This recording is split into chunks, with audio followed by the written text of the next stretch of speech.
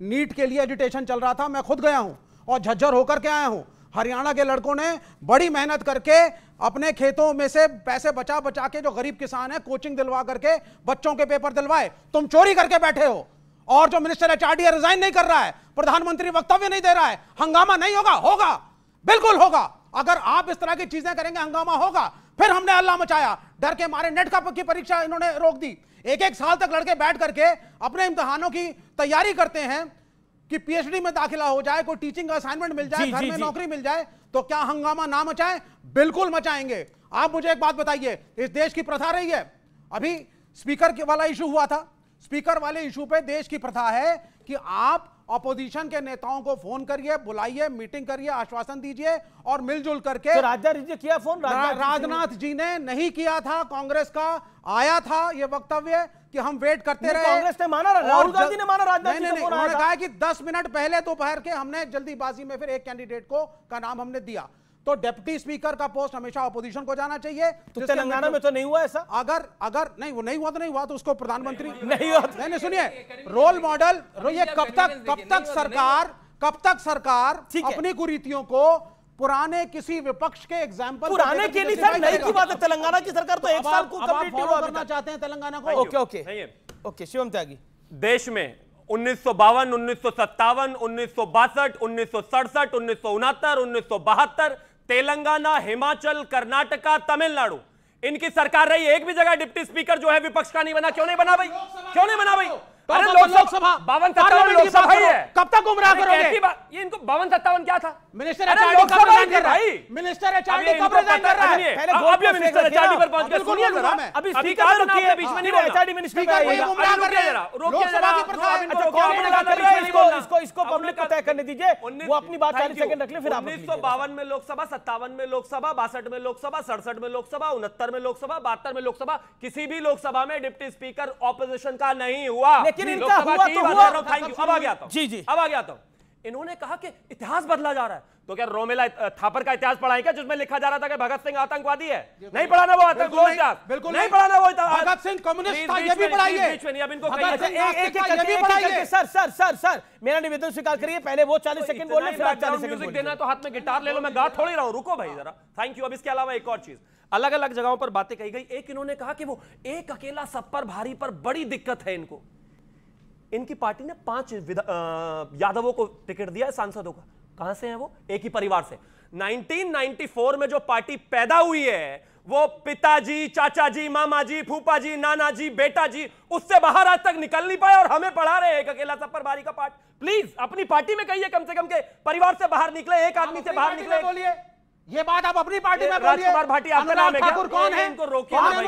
क्या तो परिवारवाद नहीं है? Thank you, thank you. अब एक और चीज, आप अपनी पार्टी में परिवारवाद नहीं है? अब एक और ठीक है, अब राजकुमार भाटी आएंगे इसके बाद। अब लोकतंत्र बचाने पर आते हैं। नाना जी को लगा लें, दादी जी को लगा लें, पिताजी को लगा लें, उसके बाद माता जी सुपर प्राइम मिनिस्टर, किसके दादाजी, किसके पिताजी? जो आजकल संविधान लेकर घूमते हैं राहुल गांधी, उनका उनके समय में इस देश में 64 बार संविधान में संशोधन हुआ। इस देश में इमरजेंसी लगी। इमरजेंसी में इस देश में अप्रोक्सीमेटली 15% संविधान बदल दिया गया। वो आज आकर जो है लोकतंत्र में खड़े होकर कहते हैं कि नहीं नहीं संविधान की रक्षा हम करेंगे। अरे अपने खानदान से कर लेते तो इस देश को ये देखने की हिम्मत ना पड़ती, जरूरत ना पड़ती। विषय साफ है।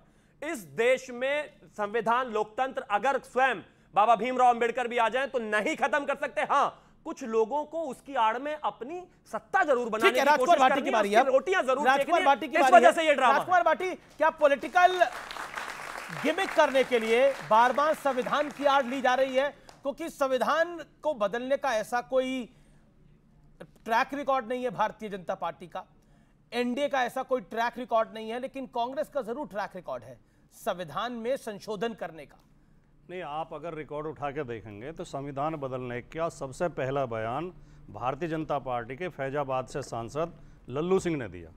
जब पत्रकारों ने उनसे पूछा चुनाव के दौरान, कि आपको 400 सीट क्यों चाहिए, सरकार तो 272 पे बन जाती है। पीवी नरसिंह राव ने कहा था कि अगर हमारी सरकार बनी तो राम मंदिर को फिर से गिरा देंगे। मानते हैं कि नहीं मानते? अभी तो उन्होंने कहा था बाबरी मस्जिद बनाएंगे, बोलेंगे। उन्होंने कहा था बाबरी मस्जिद बनाएंगे, उन्होंने ही कहा था। रिस्पेक्ट, उनके टाइम की रिस्पेक्ट, वो आपके बीच में नहीं बोला, आपके बीच में नहीं बोला। उपदेश दे रहे थे, अभी तो नहीं, एक सेकंड शिवम त्यागी, मेरा निवेदन स्वीकार करिए, आपकी बारी। बोलिए। इनके ज्ञान का स्तर यह है कि जब राम मंदिर का निर्माण हुआ, पीवी नरसिंह राव इस दुनिया में थे ही नहीं, और कह रहे हैं उन्होंने बयान दिया था। उन्होंने कहा ज्ञान का स्तर ये है, उन्होंने कहा कैसे कह देंगे जब वो थे ही नहीं। मस्जिद के समय में 1992 में जब उन्होंने ये कहा था कि हम बाबरी मस्जिद फिर से बनवाएंगे, अब बाबरी मस्जिद तामीर करने की बात थी, राम इन मंदिर, दोनों बातों में बाहरी अंतर है, पर जमीन आसमान का। बाबरी मस्जिद में कोई अंतर नहीं, इनमें जमीन आसमान का। बिल्कुल नहीं। बाबरी मस्जिद तामीर करने की ये बात तो मुलायम सिंह यादव जी का भी बयान है। इस तरह डिबेट, अच्छा, मुलायम सिंह यादव जी का मेरा कार्यक्रम ऐसे नहीं चलता, मेरा निवेदन है एक एक करके सब बोलिए आप राजकुमार भाटी। बाबरी मस्जिद को गिराना एक आपराधिक कृत्य था, डंके की चोट पे कहेंगे, हमेशा कहेंगे,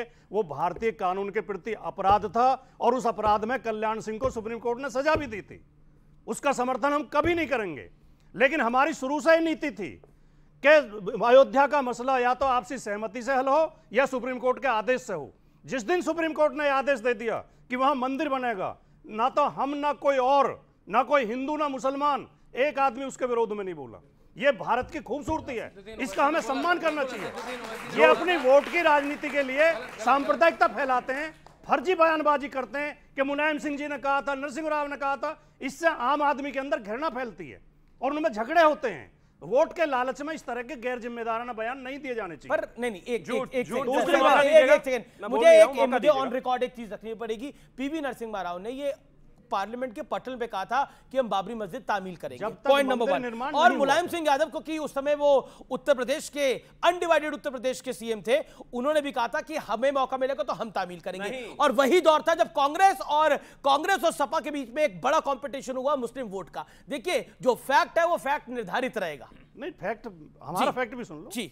उस समय तक मंदिर निर्माण का ना तो फैसला हुआ था, ना मंदिर निर्माण हुआ था। बिल्कुल। और जैसा कि मैंने शुरू में कहा, मस्जिद को गिराना एक आपराधिक कृत्य था, और यह सबने माना था कि गलत गिराई गई। सुप्रीम कोर्ट ने भी माना, सुप्रीम कोर्ट ने भी अपने जजमेंट में माना कि वो गलत गिराई गई। चलिए, संविधान के ऊपर आप, हाँ, अब मैं संविधान पर आता हूं। जी 40 सेकंड उसके ऊपर, देन शांतनु गुप्ता। पूरे लोकसभा चुनाव में माननीय मोदी जी, देश के प्रधानमंत्री, अपने घोषणा पत्र का कोई जिक्र न करके कांग्रेस के घोषणा पत्र पर भाषण देते रहे।